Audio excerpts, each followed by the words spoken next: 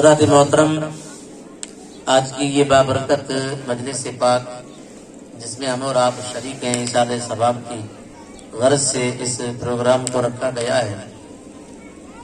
اللہ تبارک و تعالیٰ کی بارگاہ میں ہماری اور آپ کی التجا اور دعا رہے گی کہ خداوند قدوس اپنے فضل سے، اپنے کرم سے، اپنے پیارے حبیب صلی اللہ علیہ وسلم کے صدقہ طفیل تمام محبوبان برحق کے وسیلے سے ہماری اس بزم کو اپنی بارگاہ میں قبولیت کا درجہ عطا فرمائے۔ اللہ پاک مرحوم کی بے حساب بخشش و مغفرت فرمائے۔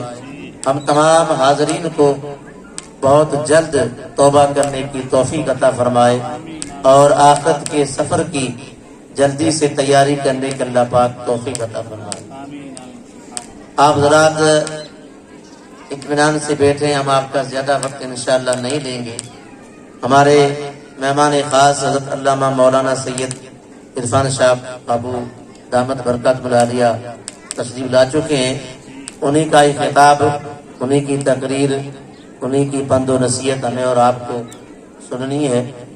اللہ کرے کہ ان کی زبان سے نکلی ہوئی باتیں ہمارے اور آپ کے کانوں کے ذریعے سے دل کے دروازے تک دستک دیں، پہنچ جائیں اور روح میں اتر جائیں۔ اور جب باتیں روح میں اتر جاتی ہیں تو بندہ چاہے کسی بھی پوزیشن میں ہو وہ اللہ اس کے رسول کی نافرمانی نہیں کرے گا۔ اور جب تک باتیں روح میں نہیں اترتی ہے، طبیعت میں نہیں آتی ہے، تب تک اس کا جسم بھی کام کرنے کے لیے تیار نہیں ہوتا ہے۔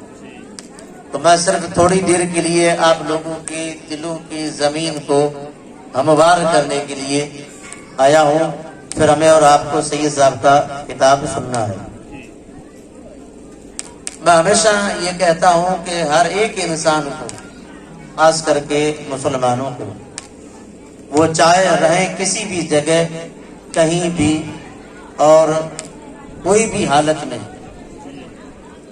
دکھ ہو چاہے سکھ، اکیلے میں ہو چاہے مجمع میں، گھر پہ ہو چاہے باہر، شہر میں ہو چاہے دکان پہ، کسی جگہ پہ رہے، اللہ تبارک و تعالیٰ کی ذات کا خیال کبھی بھی نہیں نکلنا چاہیے۔ اللہ تبارک و تعالیٰ کی ذات کا خیال نہیں نکلنا چاہیے، اور یہ تصور جمع رہنا چاہیے کہ میں جو کچھ کر رہا ہوں اللہ میرے تمام کاموں سے باخبر ہے۔ اللہ پاک سارے کاموں کو دیکھ رہا ہے۔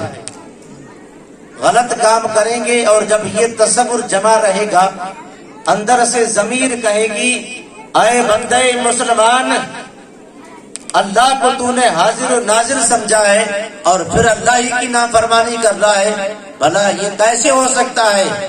فوراً دل کی ضمیر یہ آواز دے گی، اور جب یہ آواز آئے گی تو اس وقت یہ کیفیت بنے گی اے بندے مسلمان، اب تجھے غلط کام نہیں کرنے کا جس کا تو نے ارادہ کیا ہے۔ اور جب اس طرح کی کیفیت بنتی رہے گی انشاءاللہ تبارک و تعالی بندہ ہر جگہ پر گناہوں سے بچتا رہے گا، اور اسی تصور اور اسی خیال سے بندے کے دل پر اللہ کی جانب سے آنے والے جو باتیں ہوتی ہیں وہ اثر چھوڑتی ہیں، اور جب اثر چھوڑتی ہیں تو بندے کے جسم کے اندر وہ باتیں سرایت کرتی ہیں، بے بس ہو جاتی ہیں، اور جب بندے کے پورے جسم میں یہ چیز آ جاتی ہے تو اس کا دل دماغ سب یہی کہتا ہے کہ نہیں، غلط کام اب نہیں کرنے کا ہے، کام وہی کریں گے جو اللہ اس کے رسول کو پسند ہے۔ اور اصل زندگی کا مقصد بھی یہی ہے، بندہ دنیا میں اسی لیے بھیجا گیا ہے کہ وہ جب تک زندہ رہے اللہ اس کے رسول کی نافرمانی نہ کرے، بس انہی کے گن گاتا رہے، انہی کی باتوں پہ عمل کرتا رہے۔ جب انہی کی باتوں پہ عمل کرتا رہے گا تو اللہ کا وعدہ ہے اے بندے مومن، اے انسان، جب تو دنیا میں اپنی خواہشوں کو چھوڑ کر کے، اپنی چاہتوں کو چھوڑ کر کے، اپنے آرام کو چھوڑ کر کے، اپنی تمام طرح کی ख्वाहिशों को छोड़ करके मेरे दरबार में आता था, मेरी बात को मानता था।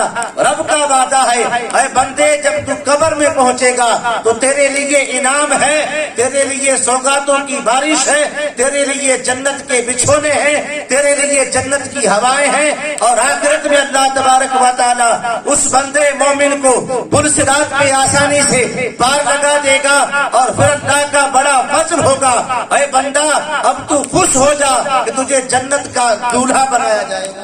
क्या बात है, वाह भाई वाह। लेकिन ये जन्नत अपने आप नहीं मिलेगी, फ्री में नहीं मिलेगी। हम और आप यूं ही चाहे कि बैठे रहे, मर्जी के काम करते रहे। जी में आया तो कभी मस्जिद चले गए, ख्याल आया तो दुरूद पढ़ लिया। कहा जाता है कि दुरूद पाक पढ़े, तभी नहीं पढ़ते, बहुत आहिस्ते आहिस्ते आवाज निकलती है।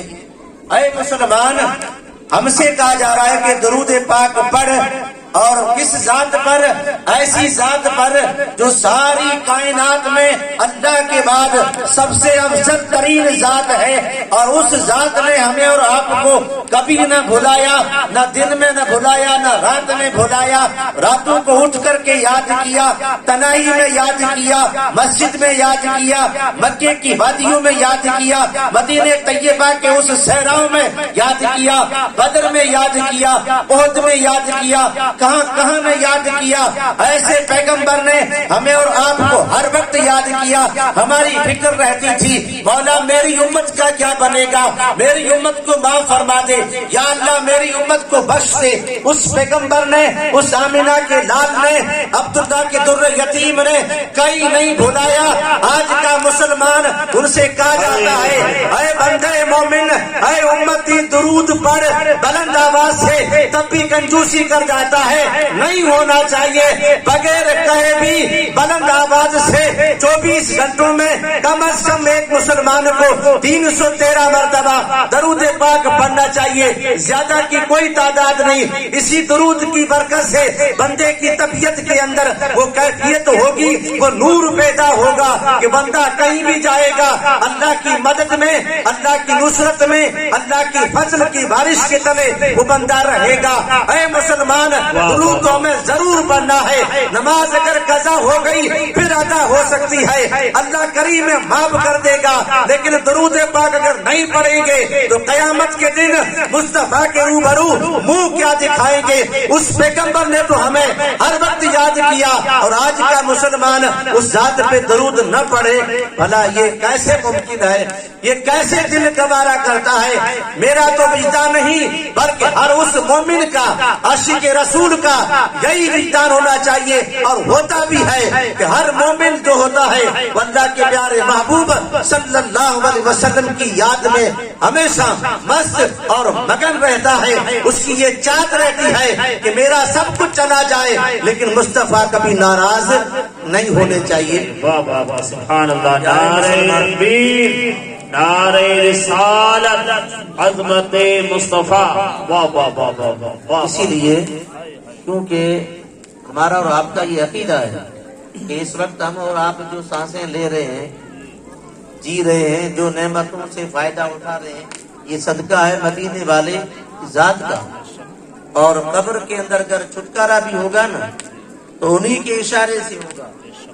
हमारे और आपके आमाल के बलबूते पे कुछ नहीं होना है। नारे तकबीर, नारे रिसालत, या रसूल अल्लाह, नारे रिसालत, सादाते किराम, सुभान अल्लाह।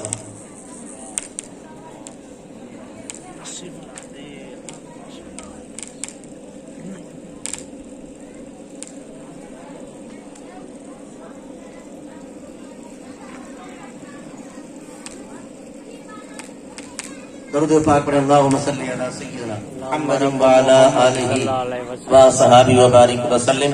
वक्त भी हो गया, अल्लाह पाक मुझे और आपको अमल करने की तौफीक अता फरमाए।